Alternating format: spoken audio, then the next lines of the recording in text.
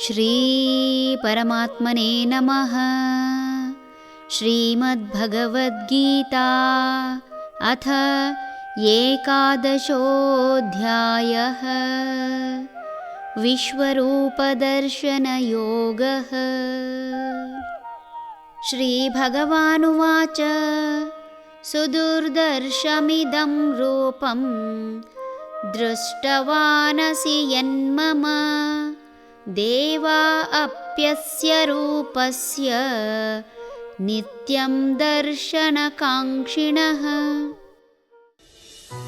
ಶ್ರೀ ಭಗವಂತನು ಹೇಳಿದನು, ನೀನು ಕಂಡ ಈ ವಿಶ್ವರೂಪ ಯಾರಿಗೂ ಸುಲಭವಾಗಿ ದೊರಕುವುದಿಲ್ಲ. ರೂಪದರ್ಶನಕ್ಕಾಗಿ ದೇವತೆಗಳು ನಿತ್ಯವೂ ಹಾತೊರೆಯುತ್ತಾರೆ. ಬಲ್ಲವರು ಬಲ್ಲರು ಬೆಲ್ಲದ ರುಚಿಯ ಎಂಬಂತೆ ವಿಶ್ವರೂಪ ದರ್ಶನದ ಮಹತ್ವ ತಿಳಿದವರು ಮಾತ್ರ ವಿಶ್ವರೂಪ ದರ್ಶನ ಪಡೆಯಲು ಹಾತೊರೆಯುವುದು. ವಿಶ್ವರೂಪ ದರ್ಶನ ಹಿಂದೆ ನಡೆದಿತ್ತೋ ಅಥವಾ ಇಲ್ಲವೋ ತಿಳಿಯದು. ಆದರೆ ಹೀಗೊಂದು ಭಗವಂತನನ್ನು ಅರಿಯುವ ಮಾರ್ಗವಿದೆ ಎಂಬುದು ದೇವತೆಗಳಿಗೆ ತಿಳಿದಿದ್ದರಿಂದ ಅವರು ಭಗವಂತನ ವಿಶ್ವರೂಪ ದರ್ಶನಕ್ಕಾಗಿ ಕಾತುರರಾಗಿ ಕಾಯುತ್ತಿರುತ್ತಾರೆ. ಮನುಷ್ಯ ಜೀವನ ಪಡೆಯುವುದಕ್ಕೆ ಅದೆಷ್ಟೋ ಲಕ್ಷ ಜನ್ಮ ಎತ್ತಬೇಕು. ಮನುಷ್ಯ ಜನ್ಮದಲ್ಲಿ ಉತ್ತಮ ಸ್ಥಾನಮಾನ ಪಡೆಯಲು ಸಹ ಅದೆಷ್ಟು ಜನ್ಮ ಪಡೆಯಬೇಕೋ ಯಾರೂ ಅರಿಯರು. ಮನುಷ್ಯ ಜನ್ಮದಲ್ಲಿ ಪಡೆದ ಉತ್ತಮ ಫಲದಿಂದ ಇನ್ನೂ ಉತ್ತಮ ಸ್ಥಾನಮಾನ ಪಡೆದು ಭಗವಂತನನ್ನು ಸೇರಲು ಅನುಷ್ಠಾನಾದಿಗಳನ್ನು ನಡೆಸುವವರು ಕೆಲವರು. ಮನುಷ್ಯ ತನ್ನ ಉತ್ತಮ ಕರ್ಮಗಳಿಂದ ದೇವರಾಗಬಹುದು.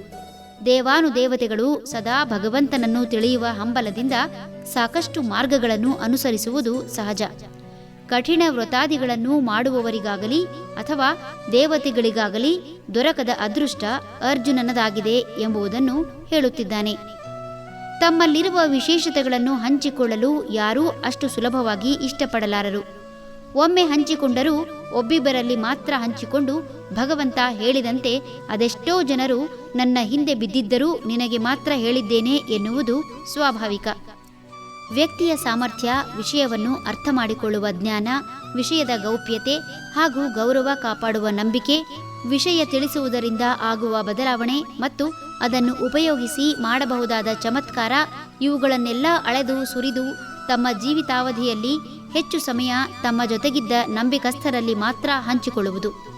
ಭಗವಂತ ಸಹ ತನ್ನ ಪ್ರಿಯ ನಂಬಿಕಸ್ಥ ಮಿತ್ರ ಅರ್ಜುನನಿಗೆ ತನ್ನ ವಿಶೇಷತೆ ತೋರುವ ಮೂಲಕ ಬೇರಾರಿಗೂ ಸಿಗದಿದ್ದನ್ನು ನಿನಗೆ ಸಿಕ್ಕಿದೆ ಎಂಬುದನ್ನು ಹೇಳುತ್ತಿದ್ದಾನೆ. ಹರಿ ಓಂ ತತ್ಸತ್.